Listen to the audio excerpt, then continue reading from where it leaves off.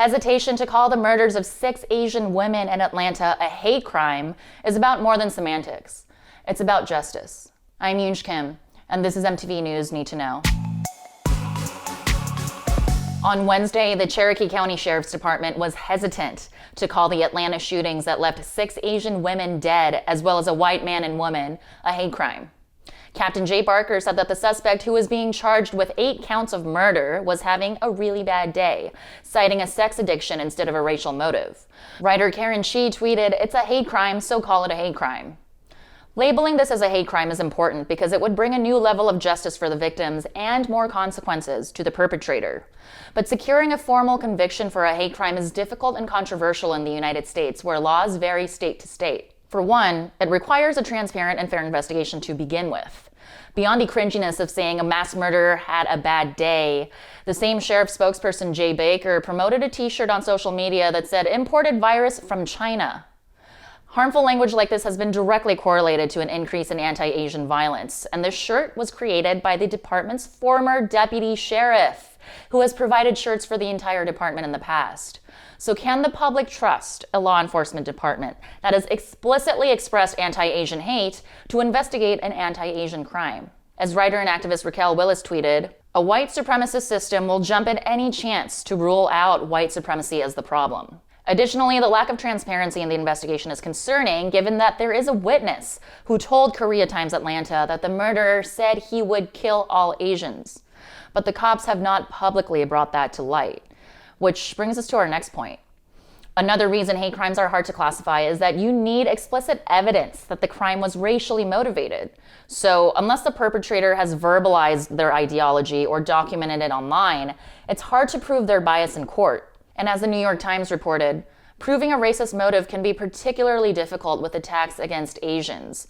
There is no widely recognized symbol of anti-Asian hate comparable to a noose or a swastika. Hate crimes are often prosecuted based on precedent set by past cases, which is a problem given the general lack of Asian American representation in the criminal justice system, along with the seeming unwillingness to take attacks against Asians seriously. Other recent attacks against Asian Americans have not been charged as hate crimes, including the stabbing of a Chinese man in New York last month. There's also the fact that no federal database tracks anti-Asian hate crimes. Data is the evidence we need to prove that these are not random, isolated attacks. That's why nonprofit organizations like Stop AAPI Hate have taken it upon themselves to gather national data.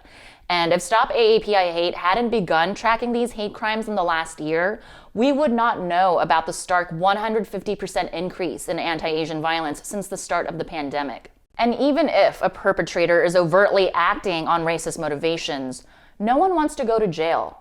In Georgia, a hate crime charge would add 6 to 12 months to a misdemeanor sentence, and at least 2 years if it's a felony, which would be the case for the Atlanta murder charges. As Professor Jack Levin told Vox, not all hate mongers are stupid. They may not let you know that they hate the members of a particular group. They may realize that they're better off not voicing a racial slur or putting racist graffiti on a sidewalk.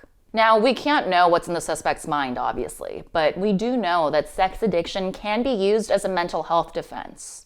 It's often seen in extremist lone wolf murder cases, and the sentencing for murder charges under mental health stress is more lenient than charges involving racist motives.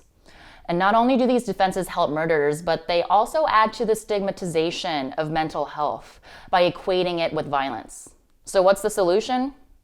Axios reporter Shauna Chen tweeted action items she wants from the Biden administration, like reinforce the Department of Justice's focus on prosecuting hate crimes, improve federal agencies' collection of reports, provide resources for local investigations in cities with large AAPI populations, and up outreach to non-English speaking AAPIs. It remains to be seen what will happen in the Atlanta murder cases.